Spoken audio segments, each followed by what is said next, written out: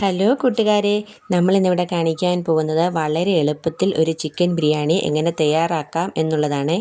Video ഇഷ്ടപ്പെടുകയാണെങ്കിൽ എല്ലാവരും ഒന്ന് ചാനൽ സബ്സ്ക്രൈബ് ചെയ്ത് സപ്പോർട്ട് ചെയ്യണേ.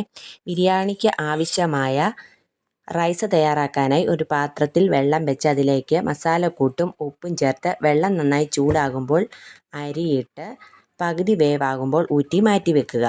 സവാള അരിഞ്ഞ് എടുത്ത് മാറ്റി വെക്കുക. ഇഞ്ചി, പച്ചമുളക്, വെളുത്തുള്ളി എന്നിവ ചതച്ചെടുത്ത് മാറ്റിക്കുക.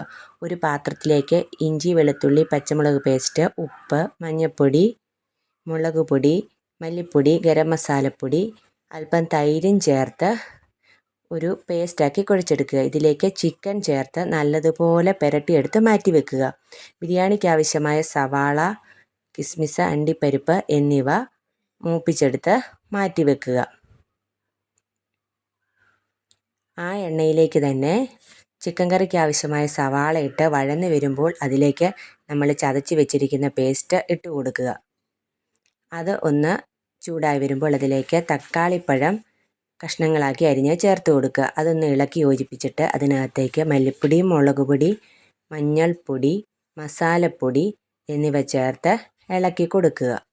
ഇതിനകത്തേക്ക് നമ്മൾ അല്പം ചില്ലി ടൊമാറ്റോ പേസ്റ്റും കൂടെ ചേർത്ത് കൊടുക്കുന്നുണ്ട്. ഇതിനകത്ത് ആവശ്യത്തിന് ഉപ്പും ചേർത്ത് കൊടുത്ത് ഒന്ന് ഇളക്കുക. ഇതിനകത്തേക്ക് നമ്മൾ നേരത്തെ പുരട്ടി മാറ്റി വെച്ചിരിക്കുന്ന ചിക്കനും കൂടെ ചേർത്ത് അല്പം വെള്ളവും കൂടെ ചേർത്ത്, ഒരുപാട് വെള്ളം ചേർക്കരുത്, അല്പം വെള്ളവും കൂടെ ചേർത്ത് നല്ലതുപോലെ ഇളക്കി കൊടുക്കുക. എന്നിട്ടിത് വേവാനായിട്ട് വെക്കുക. ചിക്കൻ കറി വെന്ത് കുറുകി വരുമ്പോൾ നമ്മൾ വേറൊരു പാത്രത്തിലേക്ക് ആദ്യം ചിക്കനും അതിൻ്റെ ഗ്രേവിയും കൂടെ കുറച്ചിട്ട് കൊടുക്കുക. അതിൻ്റെ മുകളിലേക്ക് നമ്മൾ വേവിച്ച് വെച്ചിരിക്കുന്ന റൈസ് ഇട്ട് കൊടുക്കുക. അതിൻ്റെ മുകളിലായിട്ട് നമ്മൾ കശുവണ്ടിയും കിസ്മിസും പുതിനയിലയും മല്ലിയിലയും കൂടെ അരിഞ്ഞതും സവോളയും കൂടെ ചേർത്ത് കൊടുക്കുക. പിന്നീട് വീണ്ടും നമ്മൾ അങ്ങനെ തന്നെ ലെയറായിട്ട് ചെയ്ത് കൊടുക്കുക.